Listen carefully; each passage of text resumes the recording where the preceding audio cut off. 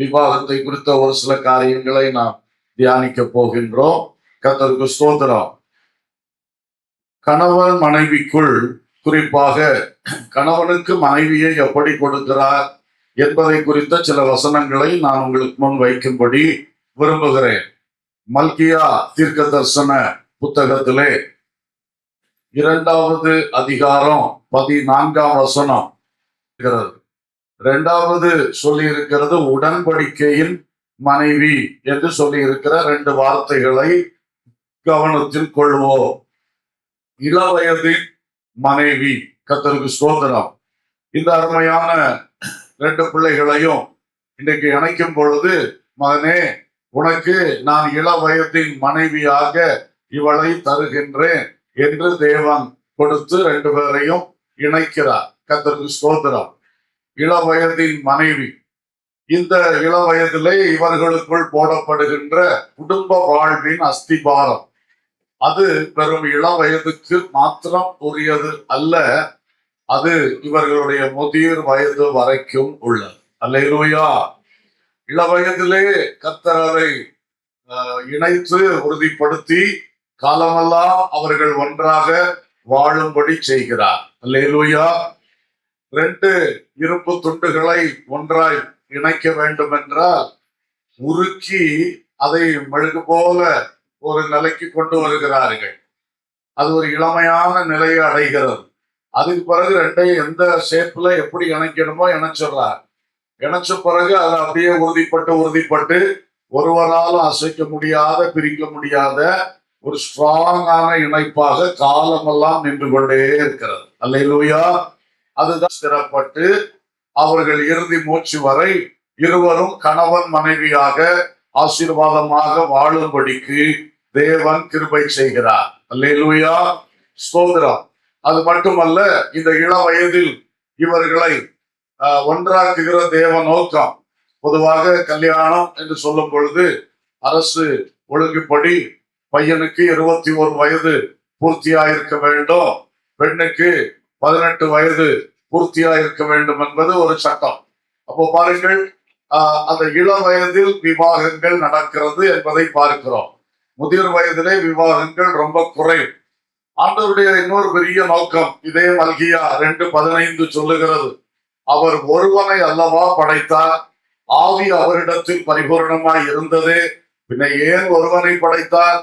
தேவ பக்தியுள்ள சந்ததியை பெரும்படிதானே. அல்லேலூயா. ஆகையால் ஒருவனும் தன் இளவயதின் மனைவிக்கு துரோகம் பண்ணாதபடிக்கு உங்கள் ஆவியை குறித்து எச்சரிக்கையாயிருங்கள். இங்கேயும் இந்த இளவயதின் மனைவி என்ற வார்த்தையை திரும்ப சொல்லுகிறார். இங்கே சொல்லும் பொழுது அவருக்கு இணைத்து இப்ப 2 பேரும் சேர்ந்து தேவ பக்தியுள்ள சந்ததியை பெற்றெடுத்து வளர்த்த வேண்டும். இது தேவனுடைய நோக்கம். இவங்க 2 பேரும் இந்த இளவயதிலே ஒன்றாய் இணைக்கப்பட்டு திருப்தியாய் மகிழ்ச்சியாய் வாழ வேண்டும், உறுதியாய் இருக்க வேண்டும். 2வதாக இவர்களிலிருந்து ஒரு தேவ பக்தியுள்ள சந்ததி புறப்பட வேண்டும். இப்ப ஒரு கேள்வி கேட்டிருக்கு, அவரிடத்திலே ஆவி பரிபூர்ணமா இருந்துச்சு, பின்ன ஏன் ஒருவனை படைத்தார்? இந்த மிருக கூட்டங்களை படைச்சது மாதிரி ஒரு வார்த்தையில திரளா படைச்சிருக்கலாமே மனுஷனை. பறவை கூட்டங்கள், நீர் வாழும் ஜந்துக்கள் எல்லாம் ஒரு வார்த்தை தான் சொன்னார், உண்டா கடவுள்னு. அது பாட்டுக்கு உண்டாயிடுச்சு. அதே மாதிரி மனுஷனையும் மனுஷன் உண்டா கடவுள்னு சொன்னா பூமியை நிரப்பியிருப்பான் அன்னைக்கு ஒரே செகண்ட்ல. ஆனா ஏன் அவர் ஒருவனை மட்டும் படைத்தார்? அதுக்கு ஆன்சர் சொல்லி இருக்கு, அது தேவ பக்தி உள்ள சந்ததியை பெறும்படிக்கு. அல்லேலூயா. கூட்டமா படைச்சு விட்டுட்டா சந்ததியை பெறுவார்கள், ஆனா அது தேவ பக்தி உள்ள சந்ததியா இருக்கா? அதான் தேவ நோக்கம். ஒரு ஆதாம படைச்சு அவனுக்கு ஒரே வாழை கொடுத்து அந்த ஆதாம் ஏவாளோடு பகலில் குளிர்ச்சியான நேரமெல்லாம் கர்த்தரே ஏதேன் தோட்டத்துல வந்து உலாவி அவங்களோட பேசி சம்பாஷித்து தம்மை அவர்களுக்கு சரியாக வெளிப்படுத்தினார். அல்லேலூயா. அப்ப ஆதாமுக்கு ஏவாளுக்கும் தேவன் யார், அவர் என்ன விருப்பம், அவர் சித்தம் என்ன, அவர் திட்டம் என்ன, எல்லாம் அவங்களுக்கு தெரியும். பர்சனலா நல்லா படிச்சுக்கிட்டாரு. இனி இவங்க என்ன செய்யணும், அவங்க பிள்ளைகளுக்கு இதை நல்லா டீச் பண்ணணும், சொல்லி கொடுக்கணும். அப்பதான் அதிக தேவ பக்தி உள்ளதா வளரும் அடுத்தடுத்த சந்ததி. அதனாலதான் இந்த ஒன் ஃபேமிலியில இருந்து ஆண்டவர் ஸ்டார்ட் பண்ணார். இல்லைன்னா அது பாட்டுக்கு ஒரே வார்த்தையில அப்படியே பரப்பி விட்டுருப்பார் உலகத்தை மனுஷனா. அதுவே தான் அந்த திட்டம். ஒரு கல்யாணம் நடக்குதுன்னு சொன்னா அந்த இளவயதிலே அவர் இணைத்து உனக்கு இளவயதின் மனைவியாக, உங்களுக்கு இனி வயசாகிட்டே இருக்கும், ஆனா உங்க பார்வையில ரெண்டு பேரும் யார் தான்? இளவயதின் மனைவி தான், இளவயதின் புருஷன் தான். அல்லேலூயா, ஸ்தோத்திரம். வெளிநாடுகள்ல ரொம்ப ஆச்சரியமா இருக்கும். பார்த்தா சாயங்கால நேரங்கள்ல இப்ப நம்ம ஏரியாக்கள்ல இருக்கு, சிட்டிஸ்ல எல்லாம் இருக்கு, தாத்தா பாட்டி ரெண்டும் சேர்ந்து வாக்கிங் போவார்கள். இப்ப வாக்கிங் ஹெல்த்துக்காக போண்டிய கான்சியஸ் வந்துட்டு மனுஷனுக்கு. அன்னைக்கு அப்படியெல்லாம் பெருசா கிடையாது. ஆனா அந்த காலத்துல சாயங்காலம் கணவன் மனைவியால் தாத்தா பாட்டியா போய் அப்படியே நடந்து பேசி எங்கேயாவது போய் உட்கார்ந்து அப்படி செய்வார்கள். ஆச்சரியமா இருக்கும். அப்ப அவர்கள் நமக்கு பார்வையில தான் தாத்தா பாட்டி, அவங்களுக்கு தமிழ் பார்வையில இளவயதின் கணவன் இளவயதின் மனைவி தான். அல்லேலூயா. அது இருக்கணும் மனசுல, அந்த இளமை எப்பொழுதும் இருக்கணும், அந்த சந்தோஷம், அந்த அன்பும் இளமையா இருக்கணும். அது ரொம்ப நல்லது. சரி, அடுத்தது இந்த தேவ பக்தியுள்ள சந்ததியை பெறுவது. வயசான பிறகு சந்ததியை பெறுவதுன்னா எவ்வளவு கஷ்டம். சாராளுக்கும் ஆபிரகாமுக்கும் ஆண்டவர் ஒரு அற்புதம் செய்தார். அதுக்கு எல்லாருக்கும் அற்புதம் செய்வார் சொல்ல முடியுமா? அதனால ஆண்டவர் கரெக்டா இளம் வயதிலே என்ன பண்றாரு, இணைச்சு வச்சிடறாரு. அல்லேலூயா. அதுல வேற சில பிள்ளை பெறுவதை தள்ளி போடுவோம். இதெல்லாம் ஆகாத காரியங்கள். கர்த்தர் தாரத, கர்த்தர் தர்ற வேலையில என்ன செய்து கொள்ளணும், பெற்றுக்கொள்ளணும். அதை நம்ம பிளான் பண்ணி ஃபேமிலிய பிளானிங், ஆண்டவர் தர்ற பிளானை ஏற்றுக்கப்பா, ஏற்றுக்கம்மா, கர்த்தருக்கு ஸ்தோத்திரம். ஆகவே இந்த காரியங்கள்ல நம்ம தெளிவுடையவர்களா இருப்போம். கர்த்தர் தருகிற ஆசீர்வாதங்களை அவர் தருகிற நேரத்திலே பெற்றுக்கொள்வோம். அதை தேவ பக்தி உள்ள சந்ததியாய் வளர்த்த பிரயாசப்படணும். இதுதான் அந்த இளவயதின் மனைவி என்று சொன்னார். கூடவே ஒரு வார்த்தை சொன்னார், உடன்படிக்கையின் மனைவி. அல்லேலூயா. இது எங்கேயோ மரத்து மூட்டுல போய் நின்று ஏதோ ஒரு கல்லுக்கு முன்னால நின்று தாலியை கட்டிட்டு அப்படி கல்யாணம் நடத்துறது அல்ல. அது வேற பல சம்பிரதாய முறைமைகள் இருக்கிறது. அதல்ல, இது வேதத்தின்படி உள்ள பரிசுத்த உடன்படிக்கையில் நடைபெறுகிற கல்யாணம். அல்லேலூயா. 1 கொரிந்தியர் 7:39 சொல்லுகிறது, மனைவியானவள் தன் புருஷன் உயிரோடு இருக்கும் காலம் மட்டும் பிரமாணத்தினாலே கட்டப்பட்டிருக்கிறாள். அல்லேலூயா. இவங்க ரெண்டு பேரையும் ஆண்டவர் பிரமாணத்தினால ஒரு கட்டு கட்டுறாரு. இன்னைக்கு பிரமாணத்தினால சிலர் சேலையும் வேட்டியும் பிடிச்சு கட்டி அப்படி சுத்தி எல்லாம் பண்ணுவார்கள். பல இது செய்வாங்க. எப்படியோ ரெண்டு பேரும் கட்டி வைக்கணும்னு உள்ள நோக்கம். அதுக்கு பல அந்த புறமைகளை பயன்படுத்தி பார்ப்பார்கள். ஆனா நமக்கு நல்லா தெரியும், கர்த்தர் என்ன பண்றாரு, பிரமாணம், இந்த வேத பிரமாணம் தான் பிரமாணம், வேற ஒரு பிரமாணம் இல்லை. இந்த பிரமாணத்தை வச்சு இவங்க ரெண்டு பேரும் என்ன பண்றாரு, இணைக்கிறார். அதுதான் அந்த உடன்படிக்கை.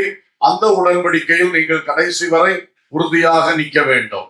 நமக்குள்ளே உங்களுக்குள்ளே வாழ்வதற்கு ஒரு சின்ன பிரச்சனைகள், கஷ்டங்கள் பார்த்து பைபிள் என்ன சொல்லுது, கர்த்தர் என்ன சொல்றாரு, நாம எப்படி வாழணும் என்று ரெண்டு பேரும் அதுக்கு நேரம் வந்துட்டீங்கன்னாலே அந்த பிரமாணத்தினாலே உங்களுக்கு ஒரு மனம் உண்டாகிவிடும். அல்லேலூயா. ஆளுக்கு ஒரு நியாயம் இருக்கும், ஆளுக்கு ஒரு விருப்பம் இருக்கும். நியாயம் பேசி பேசி கடைசியில வாக்குவாதம், சண்டை எல்லாம் குடும்பங்கள்ல நடக்குது. அது ஒன்றும் தேவையில்லை. ரெண்டு பேரும் சேர்ந்து வசனத்தை வாசிங்க. வாய்ப்பு கிடைக்கும் பொழுது கொஞ்சம் வசனத்தை டிஸ்கஸ் பண்ணுங்க. நீங்க என்ன வாசித்தீங்க, நீ என்ன வாசித்த, அதுல என்ன சொல்லி இருக்கு, அப்படி மாறி மாறி கொஞ்சம் டிஸ்கஷன் பண்ணா அந்த வசனம் நமக்குள்ளே ஒரு பெரிய ஒருமனப்பாட்டை கொண்டு வரும். உள்ளே எழுப்பி இருக்கிற கருத்து வேறுபாடுகள், பிரச்சனைகள் அந்த வசனம் என்ன செய்கிறோம், மாற்றி. அல்லேலூயா. வசனம் நமக்கு ரெண்டு பேருக்கும் அந்த பிரமாணம், அதை கற்றுக்கொள்ள ஒன்றாய் போவது ஈஸியா இருக்கும். கர்த்தருடைய வழியில் போவது ஈஸியா இருக்கும். கடைசியில் நம்முடைய வாழ்க்கை வெற்றியாய் முடிவடையும். அது மகிமையிலே தேவனுடைய மேன்மையை கண்டடையும். அல்லேலூயா. அதுதான் நமக்கு வேண்டும். ஆகவே இந்த உடன்படிக்கையை எப்பொழுதும் கவனித்துக் கொள்ளணும். உடன்படிக்கையை குழப்பி விடக்கூடாது. ரெண்டு பேரும் சேர்த்து இன்னைக்கு விவாக உடன்படிக்கை செய்ய போறீங்க. ஏற்கனவே இயேசு கிறிஸ்துவோடு நீங்க ஞானஸ்தானத்துல ஒரு நல்மனசாட்சியின் உடன்படிக்கை செஞ்சிருக்கீங்க. தனித்தனியா ரெண்டு பேரும் ஞானஸ்தானம் எடுக்கும் போது இயேசு கைப்பிடிச்சு இனி வாழ்நாளெல்லாம் உமக்காக என்று சொல்லி இயேசுவோட உடன்படிக்கை பண்ணதுதான் ஞானஸ்நானம். இப்போ அடுத்த ஸ்டெப்பு, உங்களுக்குள் நாங்க கணவன் மனைவியா வாழ்வோம் என்று சொல்லி ரெண்டு பேரும் இப்போ உடன்படிக்கை பண்ண போறீங்க. இந்த ரெண்டு உடன்படிக்கை ரொம்ப முக்கியம். அல்லேலூயா. இயேசுவோடு செய்த உடன்படிக்கை இறுதி மூச்சு வரை அதுல உறுதியா இருக்கணும். அடுத்தது இப்ப கணவன் மனைவி செய்யக்கூடிய இந்த விவாக உடன்படிக்கை, இதிலும் இறுதி மூச்சு வரை நேர்த்தியா இருக்க வேண்டும். அல்லேலூயா. மூன்றாவதாக மனைவியை கணவனுக்காண்டவர் எப்படி கொடுக்கிறார்? ஆதியாகமம் 2ஆம் அதிகாரம் 18ஆம் வசனம். பின்பு தேவனாகிய கர்த்தர் மனுஷன் தனிமையா இருப்பது நல்லதல்ல, ஏற்ற துணையை அவனுக்கு உண்டாக்குவேன் என்றார். அல்லேலூயா. இப்போ இந்த ஜாஸ்மினை ஜிபினுக்கு ஏற்ற துணையாக கர்த்தர் கண்டு இப்ப கொடுக்கிறார். அல்லேலூயா. ஏற்ற துணை, ஏற்ற துணை, ஹெல்பர் மீட் என்று சொல்லி இருக்கிறது, அல்லது லைஃப் பார்ட்னர் சொல்லுவோம். ஆனா பைபிள் அழகா ஹெல்பர் மீட் என்று ஒரு நல்ல வார்த்தை சொல்லி இருக்கிறத நம்ம பார்க்கிறோம். கர்த்தருக்கு ஸ்தோத்திரம். இங்கே நாம் பார்க்கும் பொழுது இந்த கணவனோடு சேர்ந்து நிற்கக்கூடிய ஒரு சரியான துணை, சரியான துணை. அதோட விளக்கங்கள் பார்க்க ஆச்சரியமா இருக்குது. வேத ஆராய்ச்சியாளர்கள் சில விளக்கம் கொடுத்திருக்காங்க. ஹெல்பர் சிமிலர் டு ஹிம், அவன் எப்படியோ அவனுக்கு ஏற்றதாக, சிமிலர், அவனை போல ஒண்ணு கொடுத்திருக்கிறார் அப்படின்னு. இது நமக்கு கண்டுபிடிக்க தெரியாது. ரெண்டு பேரும் வாழ்க்கையில கொஞ்சம் கவனிச்சீங்கன்னா உங்களுக்கு தெரியும், ஆச்சரியமா இருக்கும்.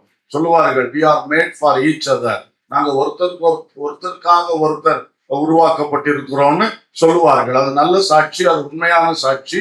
ஆண்டவரும் அதுதான் சொல்றார், நான் உனக்கு தருவது உனக்கு ஏற்ற துணை. அதை கண்டுபிடிச்சு ஆண்டவரை ஸ்தோத்திரம் பண்ணி சந்தோஷப்பட்டு முன்னே செல்லணும். எப்போ சில டிஃபரன்சஸ் இருக்கும், எல்லாம் சிமிலர்னு சொன்னாலும் அப்படி உங்களுக்கு போட்டோ காப்பி மாதிரி தர முடியுமா? தர முடியாது. அப்ப சிந்தனை, சித்தம், உணர்ச்சி, சரீர வாக்குகள் எல்லாத்துலயும் கொஞ்சம் வித்தியாசம் இருக்கும். அந்த வித்தியாசங்கள் போக போக பெருசா நமக்கு தெரியாது. அந்த வித்தியாசத்திலேயே ஒன்றுபட நம்ம கற்றுக்கொள்ளுவோம். அல்லேலூயா. இந்தியா தேசத்தின் பெருமையே யூனிட்டி இன் டைவர்சிட்டி. ஒரு பன்முகத்தன்மை கொண்ட தேசத்தில் ஒரு வருமானம், ஒரு ஐக்கியம். அதுதான் இந்திய தேசம். பல ஜாதிகள், பல இன மக்கள், பல மொழி பேசுகின்ற மக்கள் திரளா இருக்கிற இந்தியா இன்னைக்கு வரைக்கும் ஒன்னா நிக்குதுன்னா இந்த டைவர்சிட்டியை புரிந்து கொள்றாங்க. அவன் அது பேசுவான், நான் இது பேசுவேன். அவன் அதை சாப்பிடுவான், நான் இதை சாப்பிடுவேன். அவன் அதை உடுப்பான், நான் இதை உடுப்பேன். ஆனா எல்லாருக்குள்ளேயும் அதை ஏற்றுக்கொள்ற ஒரு தன்மை. இன்னைக்கு அந்த பன்முகத்தன்மை சிதைத்து கொண்டிருக்கிறார்கள், அது வேற விஷயம். ஆனா அதே மாதிரிதான் கணவன் மனைவி எல்லாத்துலயும் என்ன போல இருக்கணும், நான் விரும்புறது போல இருக்கணும்னா ஒன்னும் நடக்காது. அவ இருக்கிறது போல அவளை ஏற்றுக்க, அவர் இருக்கிறது போல அவரை ஏற்றுக்க, இதுதான். அதுல பார்த்தா ஆச்சரியமா இருக்கும். கர்த்தர் நிறைய சிமிலாரிட்டிஸ் உங்களுக்குள்ள வச்சிருப்பார். அதை கணம் பண்ணுங்க. அதை ஒரு செகண்ட் செல்ஃப் அப்படின்னு ஒருத்தர் ஒரு விளக்கம் கொடுக்கிறார். எ செகண்ட் செல்ஃப், செல்ஃப்னா நான், என்ன போல இரண்டாவது ஒரு செல்ஃப் தான் அவா அப்படின்னு சொல்லி. ஆச்சரியம். அந்த வார்த்தைகள் ஒவ்வொன்றும் ரொம்ப ஆழமானவைகள். கர்த்தர் அப்படித்தான் தெரிந்து கொண்டு அழகாக கொடுக்கிறார். சோ அதோ அந்த நிலையிலே ஏற்றுக்கொண்டு முன் செல்லுங்கள். கர்த்தருக்கு ஸ்தோத்திரம். கடைசியாய் ஒன்றை கூட சொல்லுகிறேன். மல்கியா 2:14 வாசிக்கும் போது இளவயதின் மனைவி, உடன்படிக்கையின் மனைவின்னு சொல்லிட்டு கூட தோழி அப்படின்னு ஒரு வேர்டு கொடுத்திருக்கு. தோழி, உன்னுடைய தோழி.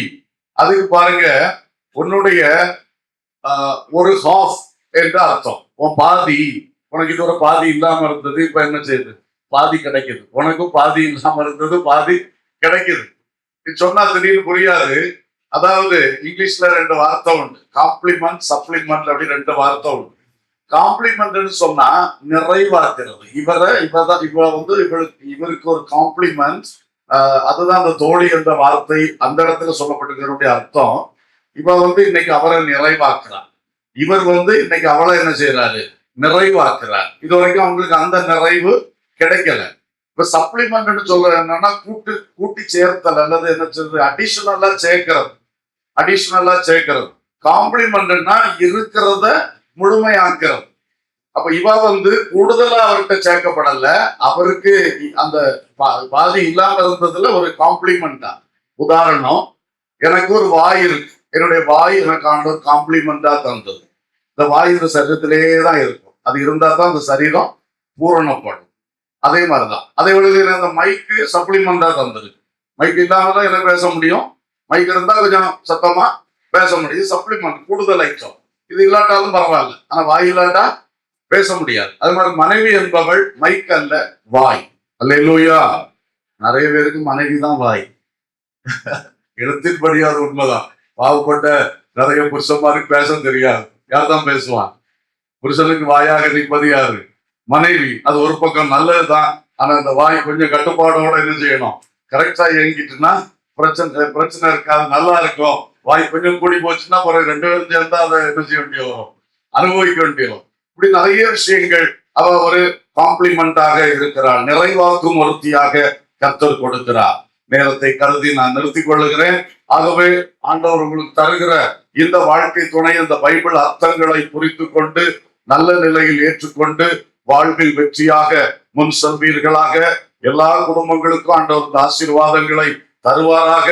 காலங்கள் போனாலும் நான் சொன்னல, நீங்க உங்களுடைய மனசுக்குள்ள நீங்க இளவயதின் கணவன் மனைவி தான். இன்னும் you can restart your family life in new condition. ஒரு புது கண்டிஷன்ல நீங்க திரும்ப ஒரு ரீஸ்டார்ட் கூட பண்ணலாம். வசனத்தை அறிய நம்ம அதை அப்ளை பண்ணலாம் வாழ்வில. அப்போ ஒரு புதுமை வரும். ஐயோ இத்தனை வருஷம் ஆயிட்டு எரி போட்டு இதெல்லாம் என்ன இல்லை.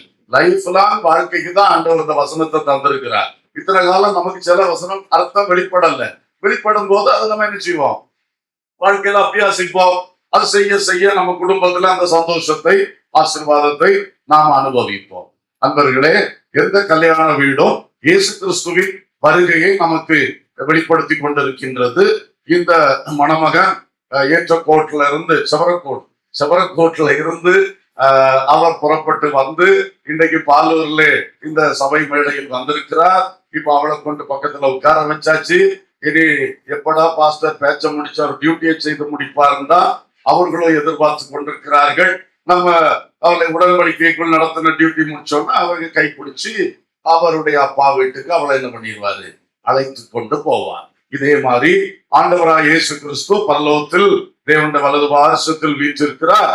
அவர் திடீரென்று இறங்கி ஆகாயம் என்கிற மேடைக்கு வருவார். அல்லேலூயா. அப்பொழுது பரிசுத்த ஆவியானவர் அந்த இயேசு மணவாளனுக்காக ஆயத்தமாக்கப்பட்டிருக்கிற சபையாகிய நம்ம எல்லாம் சேர்த்து ஒரே கூட்டம் சபை, அந்த சபையை கொண்டு ஆகாயத்திலே எடுத்துக்கொண்டு இயேசுவோடு சேர்த்து விடுவார். அல்லேலூயா. இங்க நடக்கிறது போலதான். அப்போ இவள் கையை பிடிச்சு அப்பா விட்டு கூட்டிட்டு போற மாதிரி இயேசு சபையாகி நம்முடைய கையை பிடித்து அப்பா பிதாவுடைய சன்னிதானத்துக்கு கொண்டு போவா. அல்லேலூயா. இந்த நிகழ்ச்சி சீக்கிரம் நடக்க போகுது. பைபிள் அதை எத்தனையோ காலமா நமக்கு சொல்லிக்கிட்டு இருக்கு. இப்போ நியூஸ் பேப்பர் அதை சொல்லிக்கிட்டு இருக்கு, டிவி நியூஸ் அதை சொல்லிக்கிட்டு இருக்கு.